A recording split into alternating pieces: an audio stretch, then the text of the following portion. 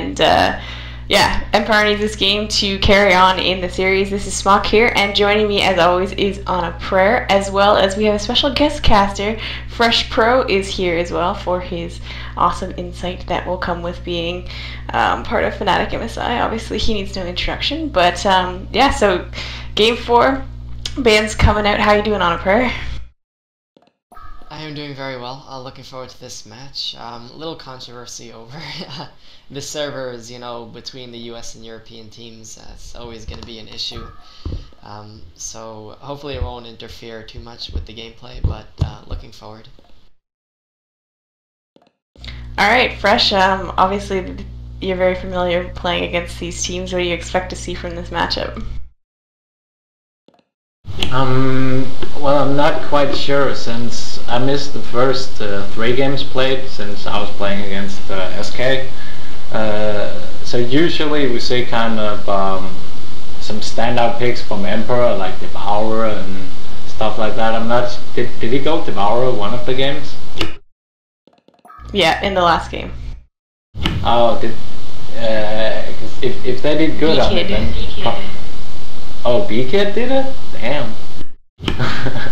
Okay, well, I'm not used to seeing Load going like such big as Devourers. They're more usually like, okay, we go some AoE heroes and we get Magnus, or, well, it surprised me in a positive way, but definitely some crazy picks from either team or just a few heroes off.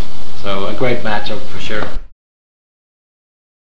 Yeah, most definitely, and the bands have come out now, and we have Andromeda, Engineer, Chronos, Soulstealer, the Dark Lady, and Voodoo Jester. On a Prayer, what do you have to say about those?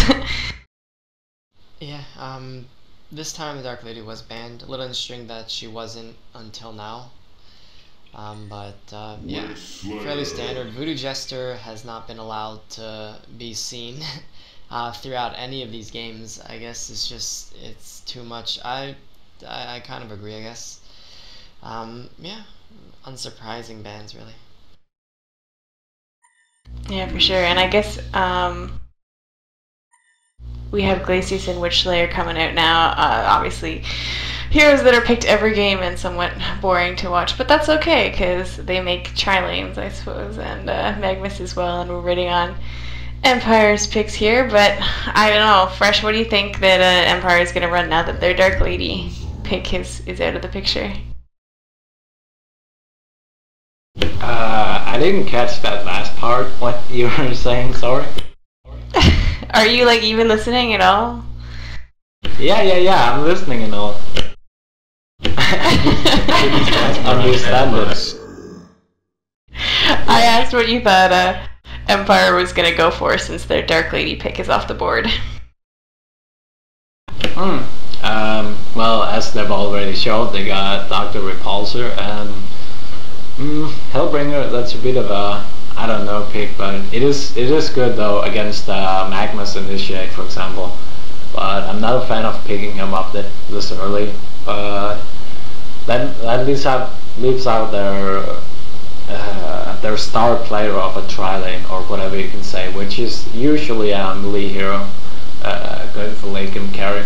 So I'm kind of, I don't know, excited to see what they get there. Or they could even go with the Keeper of the Forest, since they've definitely picked it up a few times. But we'll see. We're definitely gonna see a scandal on the Dr. Repulsor, most likely. Yeah, probably, and a Keeper of the Forest pick would be very, very fun to watch. I would love that. We do actually see Tundra pick up, and that is a hero that we haven't seen today, so definitely, oh, Snoopy, sorry, I was reading what Snoopy was saying.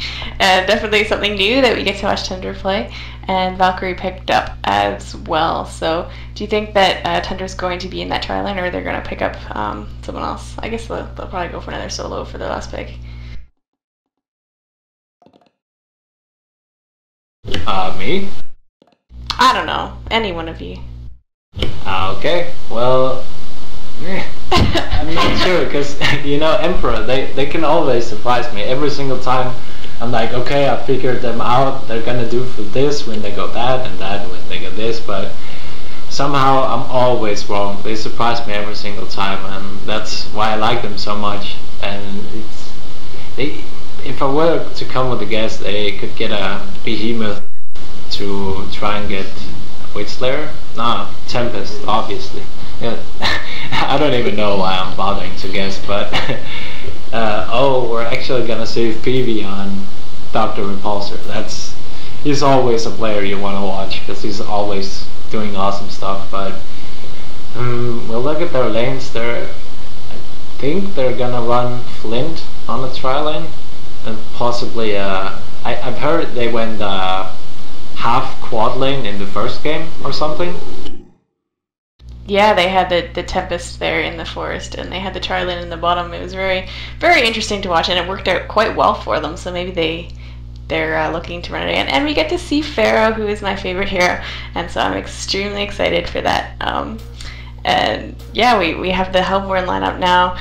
What do you think about these lineups on a prayer? Very interesting. Actually, in the first round, the quad lane or the semi-quad lane didn't actually work out. 4v having to go to the lane that they abandoned, and he ended up going there for some levels. But very interesting. I would assume, yeah, Flint is going to be in the tri-lane. He does have pretty good nuking power with his Scatter Strike explosive flare, so it's a pretty decent tri-lane. As for load, they have quite a few options. Pharaoh and Valkyrie is always a strong lane. I'm interested to see if they pair them up and if they don't actually go a tri-lane. Yeah, we do actually have 5 ranged heroes here on the Legion team versus 3 melee and 2 ranged. So it's interesting the lanes pick up. I wouldn't be surprised if they did run that tri-lane bottom, and it looks like they're sending 5 people bottom. So I'm not entirely sure what they're going to do, and we'll just have to wait and see, obviously. But I think Violation is going to head middle and Tempest in that jungle, and then they're going to run the tri-lane bottom again, because that did work very well for them in the first game. It looks like Tundra is going to head mid, and Glacius Pharaoh, and Valkyrie Magnus. So they do have very strong lanes on the Hellborn team as well.